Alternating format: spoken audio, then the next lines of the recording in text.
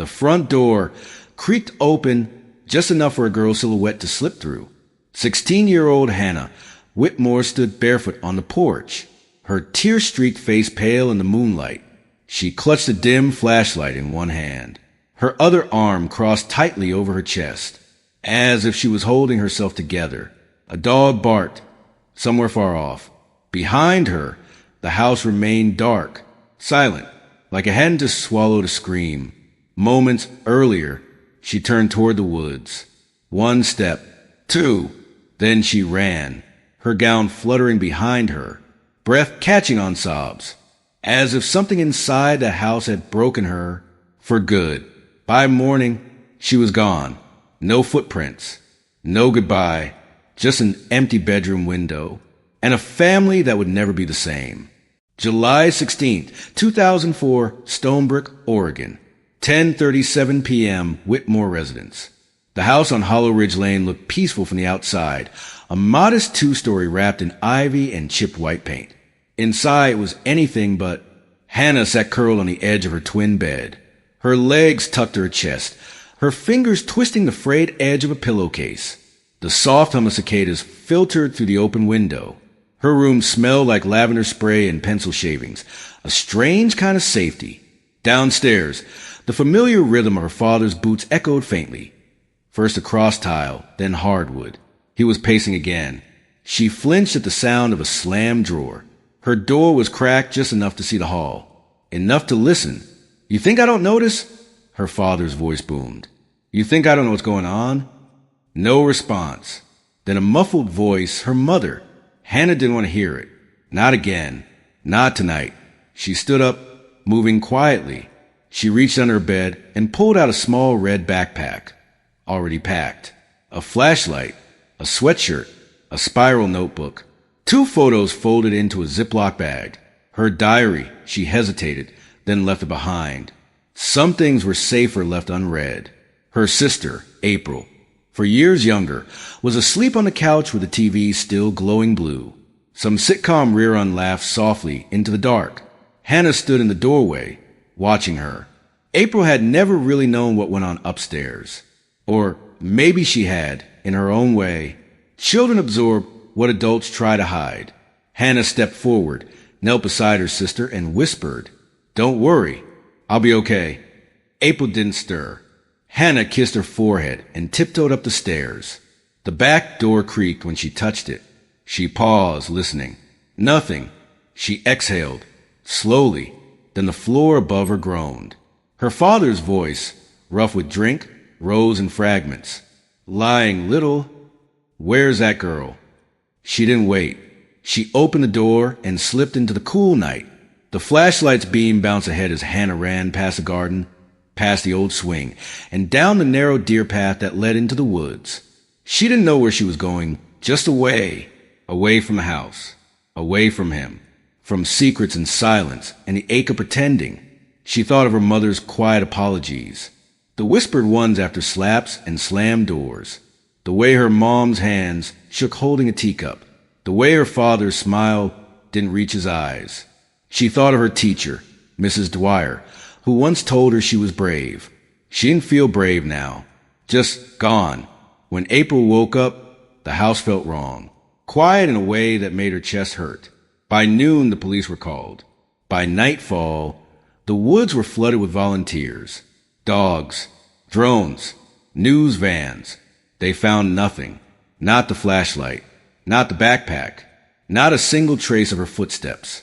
Only her bedroom, neat as ever, and her window open, curtain fluttering like a wave goodbye. The cave was never on any official hiking map. It wasn't even marked. But Ben and Jody, both 20-something thrill seekers with GoPros strapped to their chests and a love for undiscovered spaces, had heard rumors from a retired forest ranger about a collapsed mining shaft in the old Northridge Basin. They weren't looking for trouble, just something cool to post. They found more than they wanted. "This is wild," Ben said, voice echoing off the damp rock. "It's like a real cave system, not just a crack in the wall." Jody nodded, her flashlight bouncing across mineral-crusted stone. The air was colder now, the smell of moss and earth sharp in her nose. Then she stopped suddenly. Wait, what's that? Ben followed her light beam. A jagged corner. Something that didn't belong. Tucked between two boulders was a backpack, covered in decades of dust and decay. Ben frowned. Could be a camper's. Or, way older. Jody crouched beside it, gently brushing away layers of dirt. The zipper was mostly corroded, but she got open just enough to see inside. A diary, wrapped in a cracked plastic cover. Its pages swollen from damp but still legible in parts. And on the inside cover, Hannah Whitmore, July 2004. If you're reading this, I didn't make a home. Jody's breath hitched. Oh my God! Ben, this is her. The diary sat under plastic now, beside a faded photograph of a girl with wide eyes and tangled hair. Detective Nora Hensley, mid-40s, weathered and quiet, stared at it for a long time. I was a rookie when she went missing, she told her deputy. First call I ever logged. Hannah Whitmore, 16, walked into the woods and vanished. What's it say? The deputy asked. Nora opened to the first readable entry. He told me never to speak. Said no one would believe me. But I wrote anyway. In here. I have to. She swallowed. 20 years later, the girl had finally spoken. April didn't answer at first. When Nora Hensley called, she let it go to voicemail. Twice. But the third call, something in the silence between rings, made her pick up. Miss Whitmore, this is Detective Hensley. Stonebrook PD. You may want to sit down. Chapter 3, June 4th, 2024, Portland, Oregon. April Whitmore stood in the middle of her small apartment, staring at the evidence bag on her kitchen table. Her fingers trembled just inches from plastic, not touching it. Not yet. Inside it, sealed and protected like a sacred artifact, was her sister's handwriting. Hannah's diary. The one no one knew existed. For years, April had lived with ghosts. Not the scary kind, but the kind that made silence heavy and sleep unreliable. She was only 12 when Hannah vanished. She remembered the flashlights flickered down the driveway, the open door, the whispered, "I'll be okay." She remembered the search teams, the frozen casseroles from neighbors, the way her mother stopped brushing her hair, how her father's voice went from angry to hollow, and how, one by one, everyone stopped saying Hannah's name. But April never did. She sat down slowly, her knees creaking with tension. Detective Hensley watched from across the table, silent, giving her time. Where did they find it again? April finally asked, her voice barely a whisper. Northridge. Deep cave. Probably untouched for decades. The detective replied. We're still combing the area. But the diary, it's hers. April's eyes welled up. You're sure? She wrote your name inside it. 3 times. Once underlined. April pressed her lips together, her breath catching in her chest. They'd spent years telling her Hannah was probably dead. But here was proof she'd been alive, at least for a while. Long enough to write. Long enough to hope someone might find her words. April's hand finally moved. She touched the plastic. What does it say? She asked, almost afraid of the answer. Nora hesitated. It's disturbing. She talks about someone close, mentions things we need to follow up on. You should read it when you're ready. April didn't hesitate. She opened the bag. Later that night, the handwriting was unmistakable. Loopy, neat, a little tilted to the right, just like in the birthday card from 2002 that April had saved in a shoebox for 2 decades. But the words, I think he knows I'm planning something. He watches me now, always at night. Mom pretends not to see. Or maybe she really doesn't. Maybe that's worse. Tonight I go. I don't know if I'll make it to Mrs. Dwyer's like I said, but I can't stay.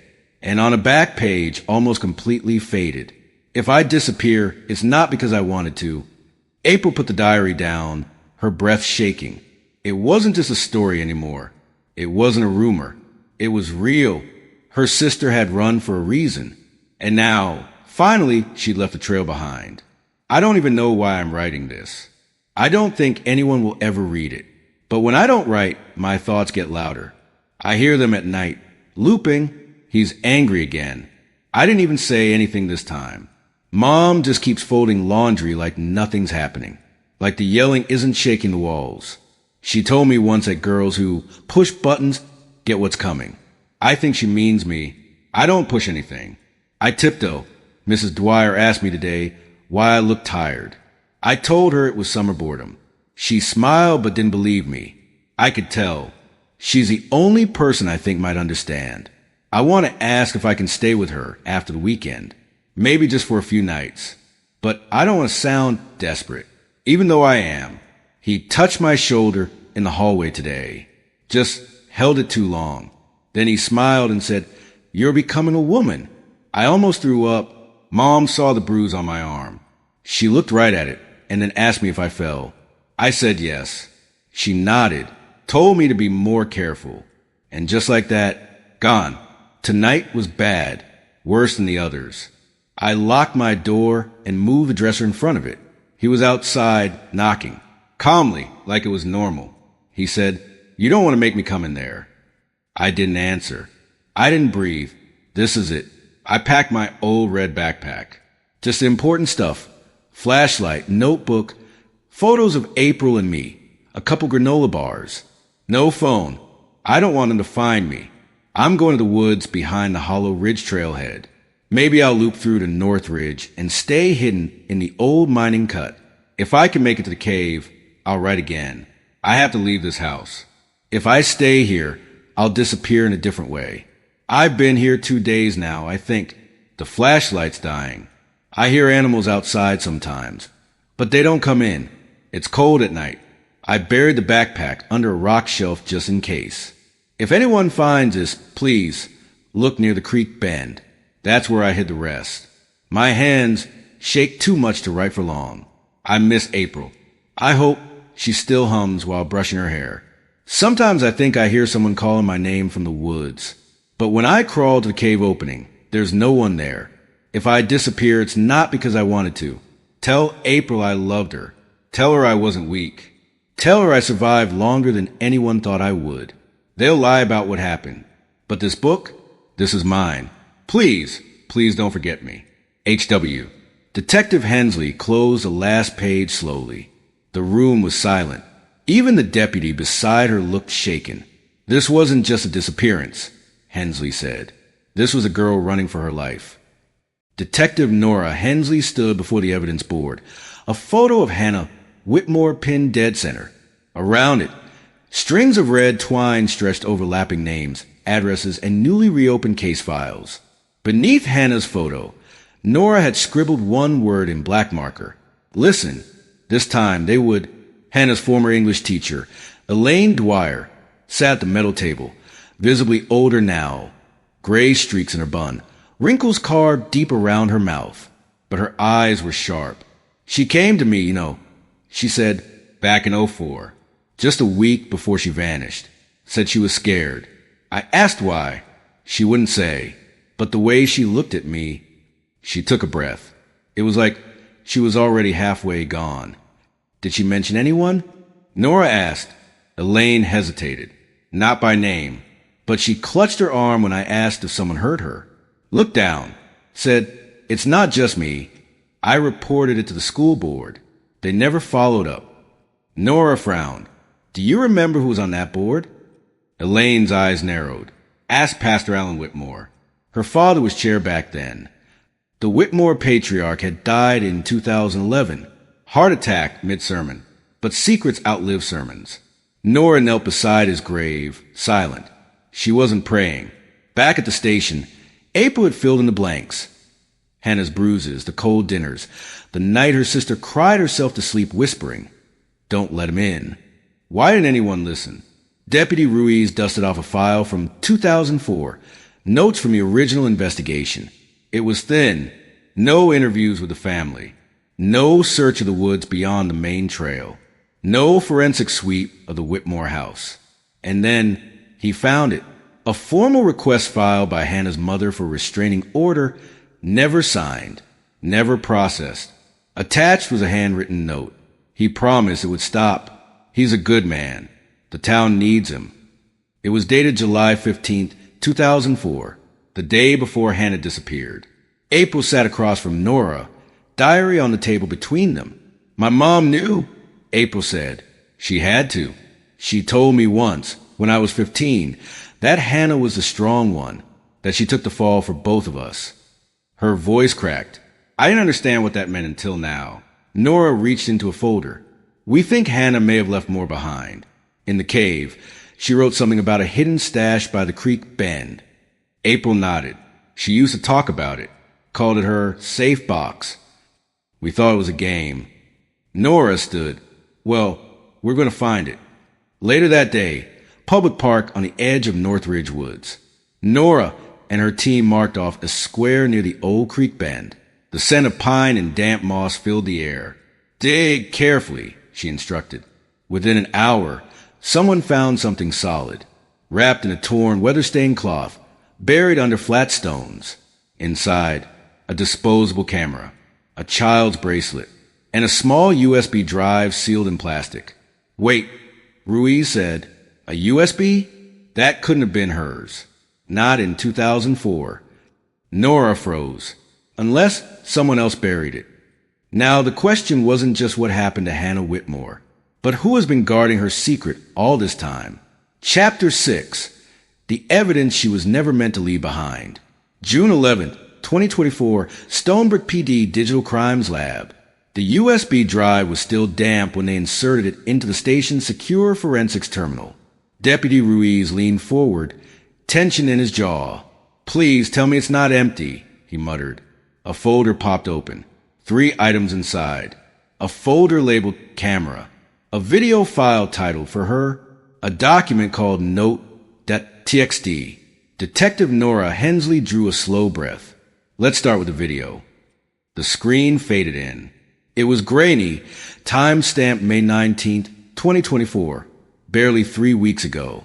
The video showed a man in his 50s, gray beard, weathered flannel shirt, eyes hollow. He looked directly into the camera. His hand shook slightly. My name is Jonathan Nash, he said.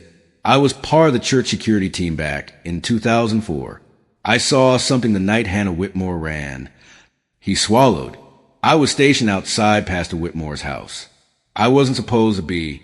I'd been drinking, heard shouting, saw the girl leave through the back. I followed, but I didn't stop her. I should have helped. He paused. What happened to her was an accident. I know that now. I also know who covered it up. He looked down, then back up. I'm not safe. If you're seeing this, I'm probably already gone. The screen cut to black. Who the hell is Jonathan Nash? Ruiz asked. Nora didn't answer right away.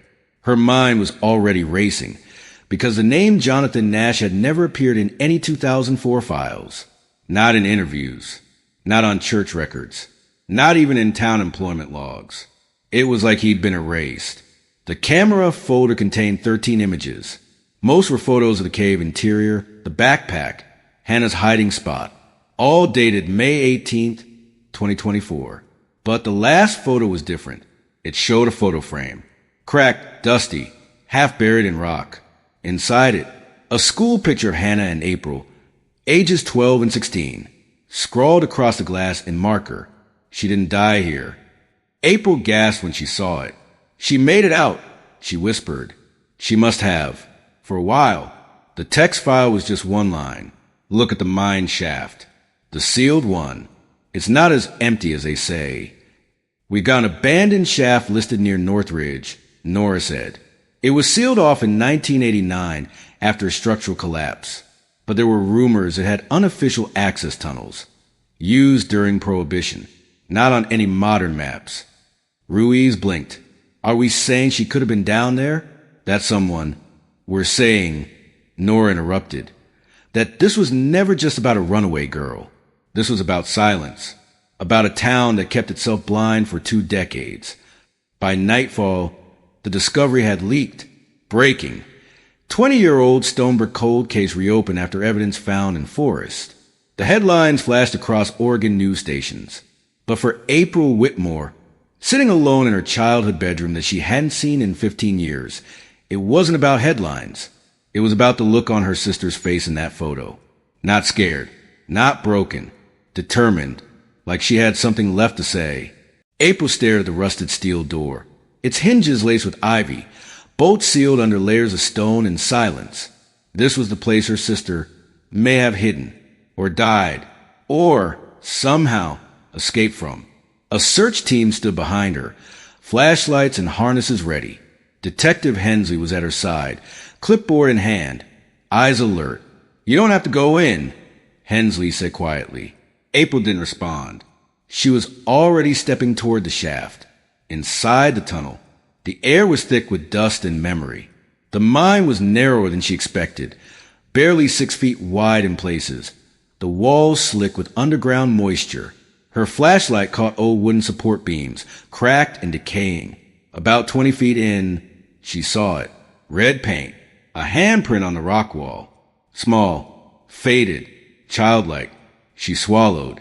"That's hers," she whispered. She used red marker to leave notes in her books. She always said paint lasts longer. Hensley signaled to the others. "Fan out. Look for signs of anything buried or boarded up." 15 minutes later, one of the deputies called out, "Back here! Behind this timber, it looks like a dugout." April squeezed through the narrow path, heart pounding, and there it was, a makeshift room carved into stone. Inside, a wool blanket, an empty tin of crackers, a rusted lantern, and a second diary. April's knees buckled. She picked it up carefully. The front page read, "Week 2 still safe." Tears streamed down her cheeks. Hannah had survived here for at least 2 weeks. They found more.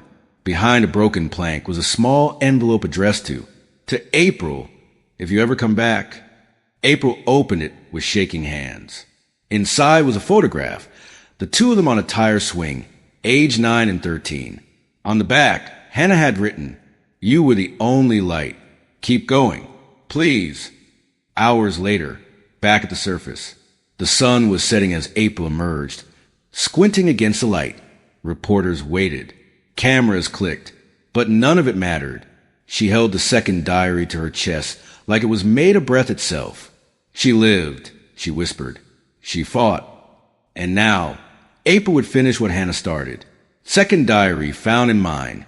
Hannah Whitmore hid for weeks after 2004 disappearance. The article spread like wildfire. Front pages, radio segments, hashtags. Stonebrook was no longer a quiet town of whispers and God-fearing families. It was now a case study in secrets. At the local church, the pews were full that Sunday, not with believers, but with watchers. Pastor Daniel Mullins, who had taken over after Alan Whitmore's death in 2011, stepped up to the pulpit with tight lips.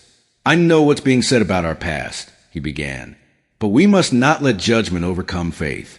Not everyone who sins is a monster, and not every accusation is truth." Murmurs stirred. A few walked out mid-sermon, including Marla Kane, who had sat in the front row for 20 years. She whispered to her husband, "He's deflecting, just like Alan did." At the grocery store, April was recognized more now, some sympathetic, some wary. "Your sister was brave," said one woman near the frozen aisle. "My dad always said something felt off about Pastor Whitmore," muttered a clerk. But not all were kind. A man in his 60s approached her near the register, face tight with anger. She ruined this town's reputation. 20 years of good undone by a diary. April didn't flinch. "She didn't ruin it," she replied. "She just finally told the truth." Police interviews resumed. Old names reappeared. Eleanor Whitmore, Hannah's mother, now living in assisted care. David Rayner, former assistant pastor, who had signed off on financial records, many now under scrutiny. Helen Dwyer, now back in town for the first time in a decade. All had memories. Some had guilt. Alan had a temper, Eleanor admitted softly. But he had God, too. Nora Hensley didn't look away. So did Hannah. The council chamber was packed. Residents sat elbow to elbow, demanding transparency. When April stood to speak, the room fell silent. "I was 12 when my sister disappeared," she began. "And for 20 years, many of you called her troubled, rebellious, even a drama queen. She lifted the second diary, now scanned and confirmed authentic. This says otherwise. It says she was hurt, she was scared, and some of you knew. A beat of silence. I'm not asking for revenge. I'm asking for truth. For other girls who are still afraid to speak. Applause. Hesitant at first, then rising. Not everyone clapped. But this time, no one told her to sit down. The knock was soft. Too soft for this hour. April stirred from sleep, heart pounding before her eyes even opened. She walked barefoot to the front door and peered through the peephole. No one. But when she opened the door, a manila envelope lay on her welcome mat. No name, no stamp, just her address, handwritten in sharp, blocky letters. She picked it up carefully, heart thudding. Inside, a blurry photograph of her leaving the town hall meeting. A printed message. Some stories are better left buried. Keep digging, and you'll end up like her. There was no signature, but it didn't need one. Someone had been watching, and they weren't done yet. Later that morning, Stonebrook PD. Detective Hensley didn't look surprised when April showed a photo. We've had break-ins at the Archive Center. Someone tried to remove Hannah's second diary before it was officially entered into evidence, she said, sliding surveillance still across the desk. It showed a man in a hooded jacket, face half hidden, but the build was familiar. Is that? April stopped. Nora nodded grimly. David Rayner, Alan's former assistant pastor. When the police arrived, Rayner was gone. A back window had been shattered. Clothes missing. Laptop missing. Gone. But in the attic, beneath loose boards, they found tapes, notes, confessional letters never mailed, including one addressed to Hannah. It read, "You were right to run, but they made me swear. I didn't know he'd go that far. God forgive me." April stood in the attic, shaking. They knew, she said. They all knew. Breaking. Former pastor's assistant named in cover-up linked to 2014 disappearance. Authorities confirmed that David Rayner, longtime confidant of the late Pastor Whitmore, is wanted in connection with obstruction of justice and tampering with sealed town records. A warrant is active. Sources say Rayner may have been involved in concealing evidence tied to the Hannah Whitmore case. One final visit to the cave brought a last surprise. Tucked behind a loose stone, near where the diary had been hidden, a cassette tape sealed in a rusted tin marked July 2004. When played, the static gave way to a trembling teenage voice. "If you're hearing this, I guess I didn't make it. But I tried. God, I tried. And if April is still out there, I want to know I was never ashamed of her. I kept going because of her. I believed I'd see her again." April wept silently as it played. Then she whispered, "I'm here, Hannah. I heard you." It wasn't the church. It wasn't the town hall. It wasn't even the graveyard. It was here, in a meadow beside the creek, under a tall birch tree, where Hannah once taught April how to skip stones. This is where the town gathered. The new Hannah Whitmore Memorial Garden had just been planted. Rows of lilies and wild roses. A bench made of oak and a bronze plaque that read, "Her voice outlived silence. Her courage changed everything." More than 200 people stood in the June sun. Teachers, former classmates, neighbors, even some who had once whispered that Hannah was a liar. They were quiet now, because finally, the truth had a name, a place, and a garden to grow in. Justice, at last, and not enough. David Rayner was arrested in Idaho 2 days earlier, charged with evidence tampering, obstruction of justice, and conspiracy to conceal abuse. Others were questioned. Some retired for health reasons. New policies were passed for mandatory abuse reporting in small churches statewide. But Alan Whitmore was beyond the reach of courtrooms. And April had made peace with that, because truth wasn't only about punishment. It was about giving Hannah back her story. April sat alone on the bench as fireflies blinked over the water. She held a cassette in one hand, the diary in the other. A small portable player rested beside her. Pause on Hannah's last words. "I hope this matters someday. I hope someone listens." "I did," April whispered. She set the player down on the bench. And then, for the first time in years, she let herself laugh, A soft, broken, healing sound. Because even though it hurt, it was done. Not over. Never over. But done. Epilogue. 20 years later, she was finally heard. There are stories that scream and stories that whisper. Hannah Whitmore's whispered. For 20 years, it waited in the cracks, beneath concrete, behind sealed doors, inside a cave where a child once clung to hope with trembling fingers and ink-stained pages. She was called troubled, then missing, then forgotten. But she was never gone, because truth doesn't vanish. It buries itself in dark places, waiting for light brave enough to find it. And someone did. Her sister. Her voice. The fire Hannah lit didn't flicker out. It spread. From page to page, hand to hand, until silence had nowhere left to hide. She fled at midnight, but she wasn't lost. She was becoming a story that would never disappear again.